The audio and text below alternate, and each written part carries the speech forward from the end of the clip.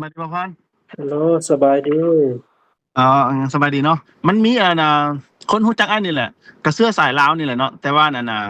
เขาเจ้าก็บ่ได้เป็นคนลาวแล้วแหละเขาจะเป็นคนไทยเนาะแต่ว่านั่นน่ะเขาเจ้าก็มีเชื้อสายนะสิ่งหนึ่งที่อ้ายศรัทธาเขาเจ้าก็คือแบบว่านั่นน่ะธรรมดาคันเขาเจ้ามีเชื้อสายลาวน่ะเขาเจ้าจะบ่ค่อยเปิดตัวเพราะว่าเขาน่ะเขาย้านคนดูถูกหรือว่ารังเกียจแม่นบ่แต่ว่านี่เนี่ยเขาเจ้านั่นน่ะเขาเจ้าบ่ได้สนว่านั่นน่ะเขาเจ้ามาเชื้อสายอิหยังเขาจะเปิดตัวว่าเขาเจ้าเป็นเชื้อสายลาวแล้วน่ะมีพี่น้องมาแต่ลาวอหย่างซี้นะแต่ว่าพี่น้องเขาเจ้านั่นน่ะอ่าพัดภาคจากกันตั้งแต่สมัยสงครามนะปกติน่ะเขาเจ้าเป็นกอลแนนเนาะกอลแนนก็คือใหญ่อะเนาะแม่นบ่ตะกี้มันก็คือไอ้ก็บ่ฮู้ว่ากอลแนนมันเทียบกันหยังตะกี้เขาห้องกอลแนนอยู่แถวใต้ก็มีได้กอลแนนนั่นกอลแนนนี่เขาเป็นคนหลวงพระบางและหลังจากนั้นหลังจากสงครามไอ้ก็บ่ฮู้ว่าสงครามนั่นจะแม่นสงครามนี่แหละสงครามอันนั้นปี75อย่างนี้แหละตอนลาวแตกนั่นแหละแต่ว่านั่นแล้วเราน่ะย้ายไปปักเซไปอยู่ปักเซก่อนหลังจากนั้นแม่เราก็ไปอยู่ไทยหลังจากนั้นเราก็แยกกันเลยเดี๋ยวนี้แสดงว่าโจทย์เฮาก็คือ1เขาเจ้าเป็นคนหลวงพระบาง2แล้วเขาเจ้าย้ายมาอยู่ปักเซก่อนลาวจะแตก3เดี๋ยวนี้น่ะเฮาบ่ฮู้ว่าเขาเจ้ามาอยู่ประเทศที่3บ่ว่าสิอยู่ฝรั่งเศสหรืออยู่อเมริกาเดี๋ยวนี้น่ะนี่คือโจทย์เฮาโจทย์ยากเฮาบ่พรกับอันอ้ายล้มกันนั่นน่ะเข้าใจในอยหนึงแล้วนะหลังจากนั้นน่ะเดี๋ยวอ้ายจะตั้งเป็นกลุ่มแล้วกันเอาคนที่รู้จักอ้ายนะเข้ามาในกลุ่มแล้วหลังจากนั้นเฮาจึงโทรล้มกับเจ้าว่าโอเคเฮาจะเริ่มจ้างหม้องใดบ่าวพรเนี่ยเขาจะถนัดเรื่องตามหาญาติเนาะจ้าสบายดีแม่โอ้แม่ยังงามอยู่เนาะยังสวยยังงามยังหนุ่มอยู่เว้ยเอ้ยขับใจเจ้าแม่นั่นน่ะเฮาอยู่นิวยอร์กเด้อแต่ว่านั่นน่ะเฮาก็เฮ็ด YouTube แล้วก็นั่นน่ะบ่าวพรเราก็เฮ็ด YouTube ก็เลยรู้จักกันเนาะพ่ออยู่ปากเซทำงานสมัย2509 2510นู่นอยู่ปากเซเดินยนต์ปากเซทำงานอเมริกันอยู่นั่นกลับมาเมื่อวันที่13 กรกฎาคมปี13เหมือนกันคือพ่ออยู่สมัยแม่ทัพกองทัพภาค4ท่านนายพลผาสุกสราชภัฏอยากรู้ว่าอันลาวเพิ่นแตกไปอยู่ไส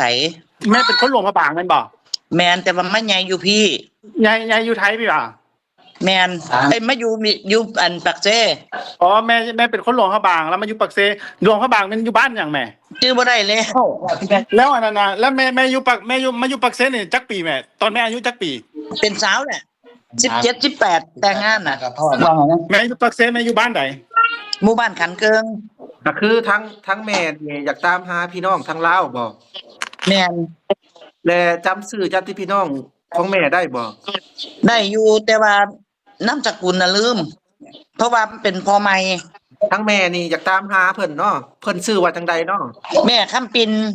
แม่คำปิ่นจ้าและมีผู้ใดอีกที่ทั้งแม่จำได้มีน้องสาวชื่อสุวรรณทองเพิ่นไปอยู่หลวงพระบางสุวรรณทองแล้วก็จิตรนาวงศ์ผู้ชาย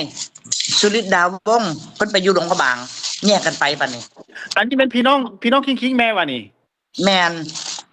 ผู้ที่แม่จะตามหานี่แม่นตามหาอันน่ะพี่น้องคิงแม่เนาะพี่น้องคิงตอนนี้ไปอยู่หลวงพระบางก็บ่พอแล้วค่ะว่าสิจังได๋ผู้นี้ว่าผู้อยู่เวียงจันทน์ก็เพิ่นไปอยู่สนามบิน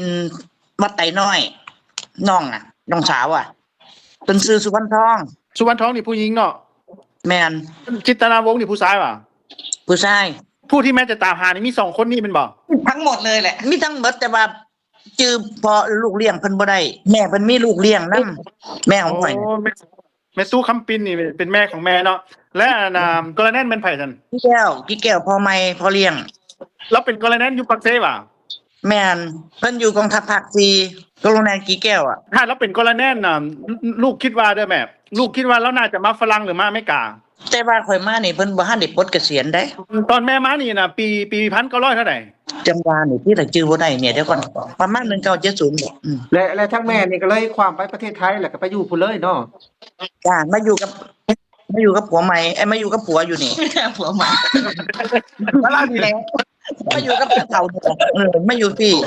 อยู่ประเทศไทยเป็นพ่อเอาแม่พ่อนะแม่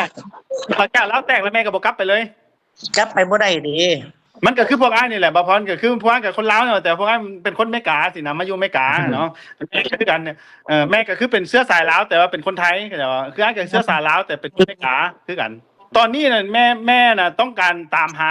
คนซื้อสุวรรณทองฮู้คร่าวๆคือเราย้ายไปหลวงพระบางเนาะ จ้ะอ๋อน้องไม่ยิงอีกคนหนึ่งลืมเพิ่นซื้ออรพิน แม่ไม่ฮู้เขาจะบ่3คนนี่ บ่มีซื้อข่อยบ่ซื้อวันคำ แม่นามสกุลหยังก็สุริวงศ์ว่ะ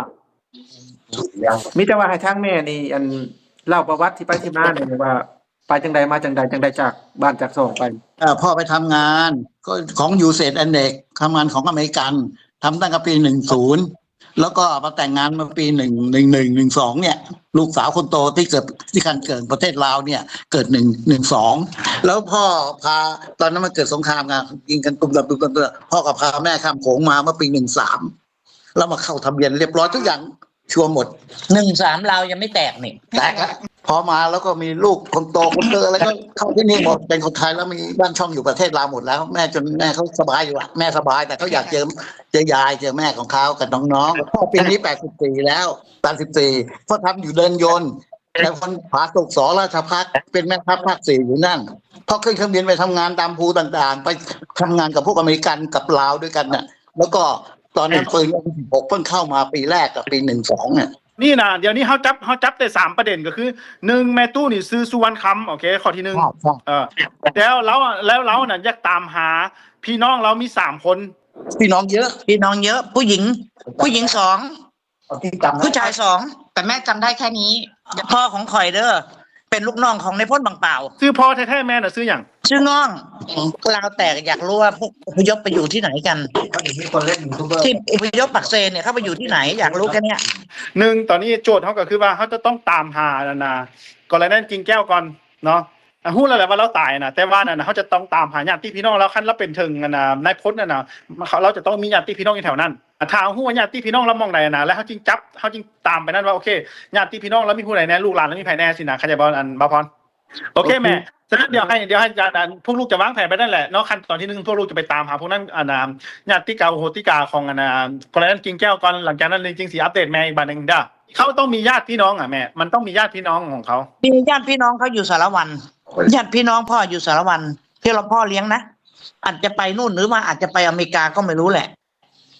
โอเค เขามี2ทางเราอยากรู้แค่นั้นเองว่าเขาอยู่ที่ไหน